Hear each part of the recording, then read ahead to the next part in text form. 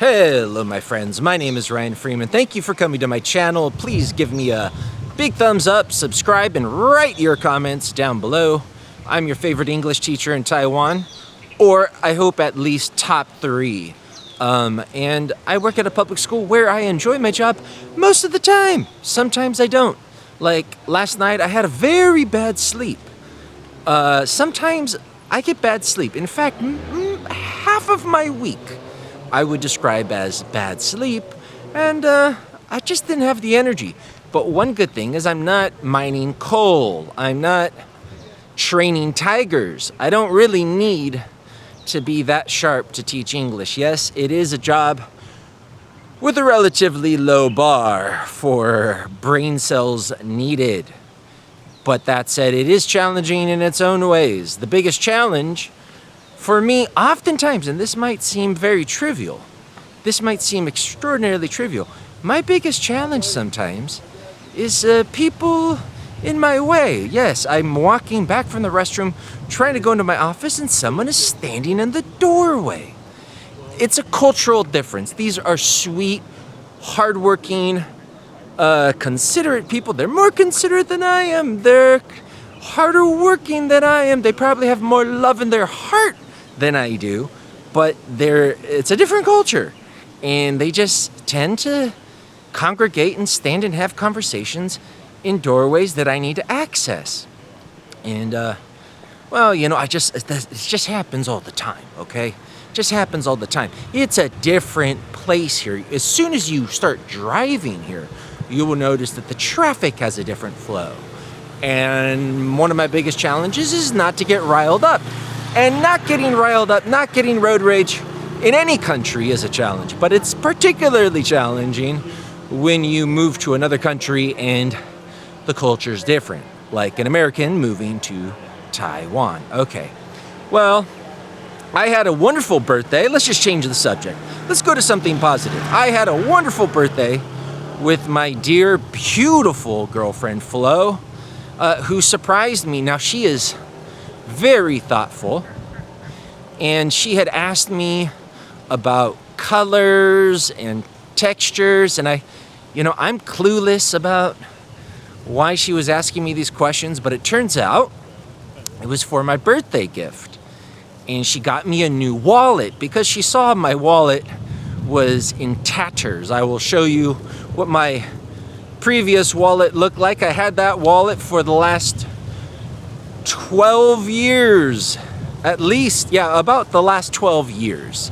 I bought it in Japan off of Amazon.jp, and it served me well. I liked it because it was real leather. The name was the Samurai, but particularly because it had a coin purse. Now in America, we don't really use coins too often. Most people use plastic, or they just use apps and maybe cash.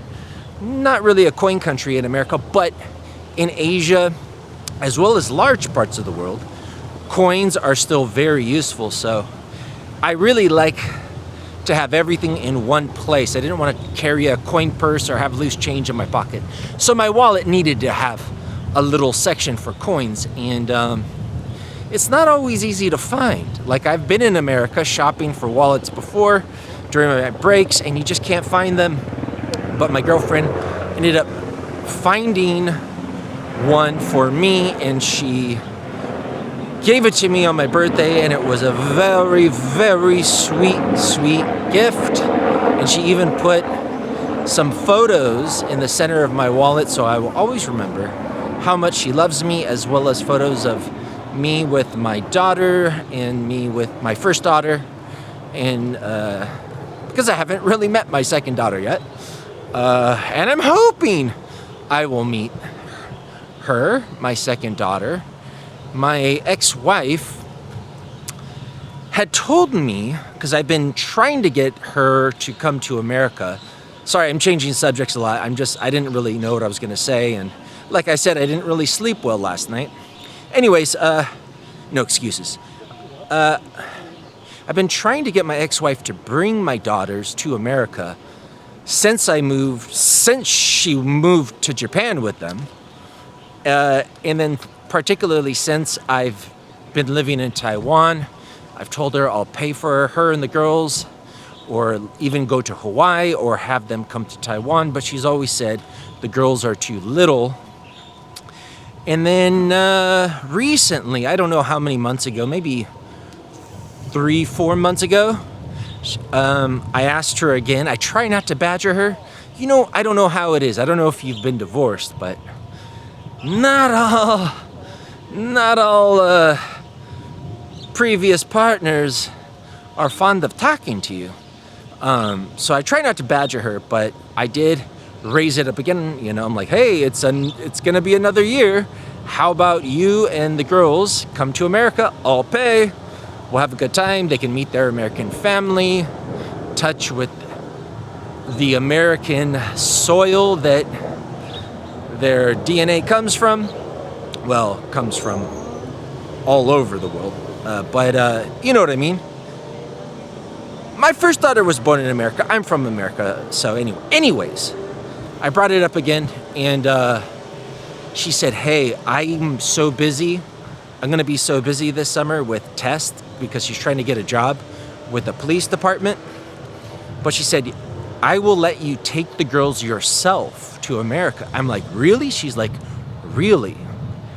And then I was like, oh my God, that's amazing. Although it's going to be a lot of hard work with a 5-year-old and a 3-year-old, I thought that will be the most beautiful hard work I've ever had. I'll be able to spend almost a month with my 2 daughters who I miss incredibly. The first one very much, and the second one who I haven't met. So I just try to be positive, give her encouragement, send her money, try to keep the relationship good, not bother her too much. And I asked her again, because she's, you sometimes feel a little tension, in their responses. I said, hey, are we still good for this summer? Because actually, I need to start thinking about it. I need to make sure that these girls have passports. I need to make sure that we plan the logistics, of how to do this as painlessly and smoothly as possible. Because I'm not just planning for myself, I'm planning for them. And she saw the message and didn't reply. And that was a couple days ago. So that's probably why I had some bad sleep. I don't know. I'm a nervous personality. And if things start going off kilter in my life, whether it's work or relationships or dashed hopes and dreams, I will wake up and go through a slew of emotions. How do you handle it? What do you do? Now, if you're one of those people who just sleeps all the way through and you don't even get up for a pee break, I'm jealous. I would trade my life with yours in a heartbeat. Okay? All right. Well, work's been good, but it's so hard to complain because I do have such a nice job.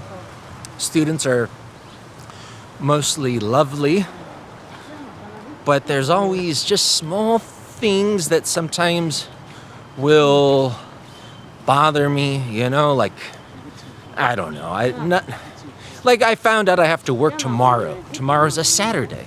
But it's only for 10 minutes. And the good thing is I get compensatory time off, which means I can leave early or show up to work late, which I already do already.